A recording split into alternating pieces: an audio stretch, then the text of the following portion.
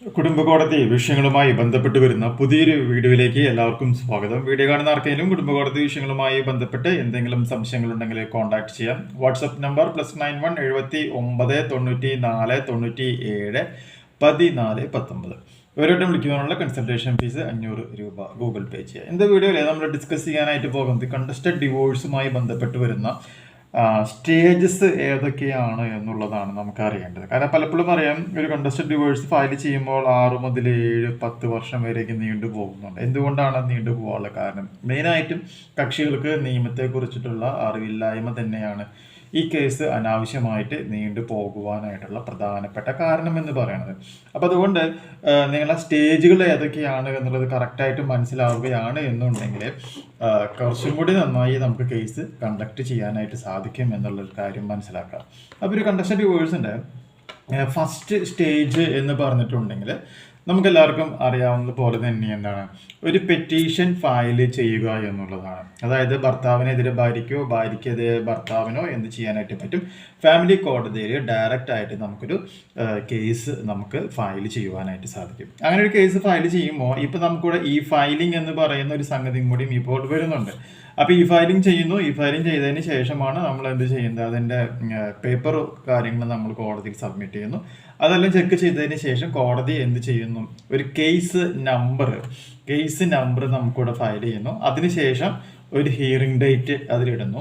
ഇത്രയും കാര്യങ്ങൾ ചെയ്തതിന് ശേഷം ഇങ്ങനെ ഒരു പെറ്റീഷൻ ഫയൽ ചെയ്തിട്ടുണ്ട് എന്ന് പറഞ്ഞുകൊണ്ട് ഓപ്പോസിറ്റ് പാർട്ടിക്ക്, അതായത് റെസ്പോണ്ടൻ്റ് ആയിട്ടുള്ള ആൾക്ക് എന്ത് ചെയ്യുന്നു, കോടതിയിൽ നിന്നും ഒരു നോട്ടീസ് അല്ലെങ്കിൽ സമൻസ് പാസ് ചെയ്യുക എന്നുള്ളതാണ് അതിൻ്റെ ഡേറ്റ്, അതിൻ്റെ സെക്കൻഡ് പ്രൊസീജിയർ എന്ന് പറയുന്നത്. അപ്പോൾ അതിൽ കൃത്യമായി പറഞ്ഞിട്ടുണ്ടാവും ഇന്ന ഡേറ്റിന് നിങ്ങൾ കോടതിയിൽ ഹാജരാകണം എന്നുള്ളത് ഇവിടെ പറയും.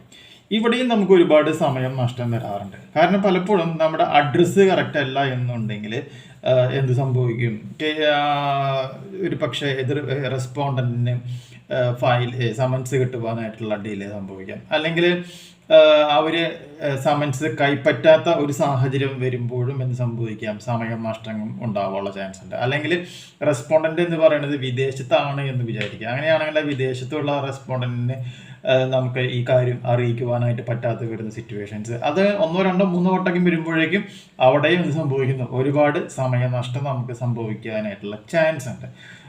കാരണം എന്താ വെച്ചിട്ടുണ്ടെങ്കിൽ, ഇപ്പോൾ ഒരു വിദേശത്താണ് റെസ്പോണ്ടൻ്റ് എന്നുണ്ടെങ്കിൽ സമൻസ് കറക്റ്റ് അഡ്രസ്സിൽ റെസ്പോണ്ടൻ്റ് വീട്ടിലെത്തി കഴിഞ്ഞാലും പോസ്റ്റ്മാൻ എന്ത് ചെയ്യുന്നില്ല, ആ ഒരു ലെറ്റർ സൈൻ ചെയ്യാനായിട്ട് അവരുടെ വീട്ടിലുള്ളവർ സാധാരണഗതിയിൽ സമ്മതിക്കാറില്ല. പക്ഷേ ഈ പറഞ്ഞ പ്രശ്നങ്ങളൊക്കെ നമുക്ക് ഒഴിവാക്കുവാനായിട്ടുള്ള ഒരുപാട് മെത്തേഡ്സ് അവൈലബിൾ ആണ്. അത് നമുക്ക് നെക്സ്റ്റ് വീഡിയോയിൽ നമുക്കത് ഡിസ്കസ് ചെയ്യാം. എനിവേ, നോട്ടീസ് ടു റെസ്പോണ്ടൻ്റ് എന്നുള്ളതാണ് രണ്ടാമത്തെ സ്റ്റേജ്. ഈ രണ്ടാമത്തെ സ്റ്റേജ് കഴിഞ്ഞിട്ടുണ്ടെങ്കിൽ ഒരു ഹിയറിംഗ് ഡേറ്റ് ഉണ്ടാകും എന്ന് ഞാൻ പറഞ്ഞല്ലോ.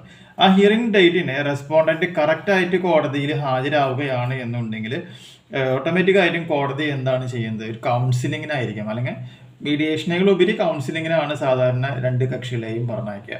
അവിടെ വെച്ചാൽ പ്രശ്നം സോൾവ് ചെയ്യുകയാണെങ്കിൽ കേസ് അവിടെ വെച്ച് അവസാനിക്കും. അല്ല എന്നുണ്ടെങ്കിൽ 3 മുതൽ 4 വരെ കൗൺസിലിംഗ് ഇവിടെ സംഭവിക്കാം.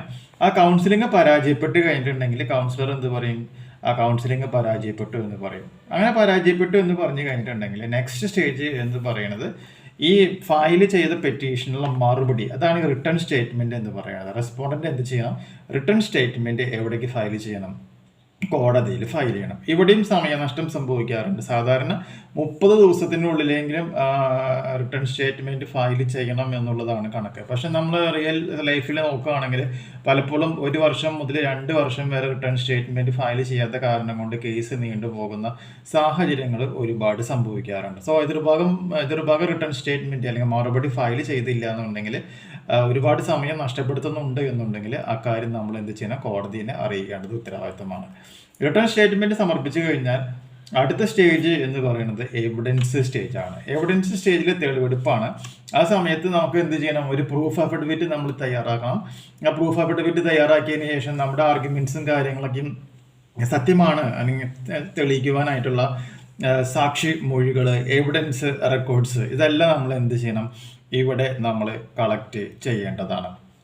എൻ്റെ ഒരു പേഴ്സണലായിട്ടുള്ള ഒരു ക്ലയൻറ്റിൻ്റെ കേസിൻ്റെ കാര്യം നോക്കുകയാണെങ്കിൽ 2021 റിട്ടേൺ സ്റ്റേറ്റ്മെൻറ്റ് ഫയൽ ചെയ്തതിന് ശേഷം 2025 കേസ് ഫയൽ ചെയ്ത പെറ്റീഷണർ പ്രൂഫ് അഫിഡവിറ്റ് സബ്മിറ്റ് ചെയ്തത് എന്ന് പറയുകയാണെങ്കിൽ ഇവിടെ ഏകദേശം 4 വർഷമാണ് ആ വ്യക്തിക്ക് നഷ്ടപ്പെട്ടു പോയിട്ടുള്ളത് എന്ന് മനസ്സിലാക്കാം. കാരണം നിയമം അറിയില്ലായിരുന്നു. അതിൻ്റെ ഒരു പ്രശ്നമാണ് ഇവിടെ സംഭവിച്ചിട്ടുള്ളത്. ഇനി എവിഡൻസ് വെച്ചുകൊണ്ട് നമുക്ക് അടുത്ത സ്റ്റേജ് എന്ന് പറയുന്നത് നമ്മൾ എവിഡൻസ് കൊടുക്കുന്നു. എവിഡൻസ് വെച്ചതിന് ശേഷം നമ്മൾ എന്ത് ചെയ്യുന്നു? തെളിവെടുപ്പുകളെല്ലാം നടത്തുന്നു. സാധാരണ നമ്മൾ എവിഡൻസ് വെച്ച് കഴിഞ്ഞാൽ തെളിവെടുപ്പ് നടത്താനായിട്ട് അഡ്വക്കേറ്റ് കമ്മീഷനെയൊക്കെയാണ് നമ്മൾ അപ്പോയിന്റ് ചെയ്യാറുള്ളത്. അങ്ങനെ എവിഡൻസും കാര്യങ്ങളെല്ലാം കളക്ട് ചെയ്ത് കഴിഞ്ഞാൽ അടുത്ത സ്റ്റേജ് എന്ന് പറയുന്നത് ആർഗ്യുമെന്റ് സ്റ്റേജാണ്. നമ്മൾ പറഞ്ഞ കാര്യങ്ങളെ ബേസ് ചെയ്തുകൊണ്ട് കേസ് ഡോസും മറ്റുള്ള കാര്യങ്ങളൊക്കെ വെച്ചുകൊണ്ട് നമ്മൾ എന്ത് ചെയ്യുന്നു? ഒരു ആർഗ്യുമെന്റ് നമ്മൾ സെറ്റ് ചെയ്യുന്നു. ആർഗ്യുമെന്റിന് ശേഷമാണ് അത് എന്തായിട്ട് മാറുന്നത്? ഒരു ജഡ്ജ്മെന്റ് എന്ന് പറയുന്ന ഒരു അവസ്ഥയിലേക്ക് വരുന്നത്. അപ്പൊ ഇത്രയും സംഭവങ്ങളുള്ളൂ. ഇത്രയും സംഭവങ്ങളിൽ ഓരോന്നിനും ഇടയിൽ നമുക്ക് ഒരുപാട് സമയം അനാവശ്യമായി നമ്മൾ മൂലവും അതുപോലെ തന്നെ എതിർഭാഗം മൂലവും നഷ്ടപ്പെടുന്നത് കൊണ്ടാണ് കേസുകളൊക്കെ നീണ്ടുപോകുന്നത്. അപ്പൊ അതുകൊണ്ട് പ്രോപ്പറായിട്ട് കേസ് നമ്മൾ വാദിക്കുകയാണ് എന്നുണ്ടെങ്കിൽ അല്ലെങ്കിൽ കോടതിയിൽ കണ്ടക്ട് ചെയ്യുകയാണ് എന്നുണ്ടെങ്കിൽ ഒരുപാട് സമയം നമുക്ക് ലാഭിക്കുവാനും നമുക്ക് പുതിയൊരു ജീവിതം കെട്ടിപ്പൊക്കുവാനും നമുക്ക് സാധിക്കും എന്നുള്ള കാര്യം മനസ്സിലാക്കാം. അപ്പോൾ നിങ്ങളെല്ലാവരും നിങ്ങളുടെ കേസിൻ്റെ ഓരോ സ്റ്റേജിനും ഇടയിൽ എത്ര വർഷം അനാവശ്യമായി നഷ്ടപ്പെട്ടു പോയിട്ടുണ്ട് എന്നുള്ളത് ഒന്ന് കണ്ടെത്തുവാനായിട്ട് ശ്രമിക്കുക കേട്ടോ. സോ ഈ ഒരു പ്രൊസീഡിങ്സ് നിങ്ങൾക്ക് യൂസ്ഫുൾ ആയിട്ടുണ്ടെങ്കിൽ തീർച്ചയായും നമ്മുടെ ചാനലിലേക്ക് സബ്സ്ക്രൈബ് ചെയ്യുക. തൊട്ടടുത്ത് കാണുന്ന ആ ബെൽ ബട്ടണും എനേബിൾ ചെയ്യുക. പുതിയൊരു വീഡിയോ ആയിട്ട് വീണ്ടും കാണാം. ബൈ.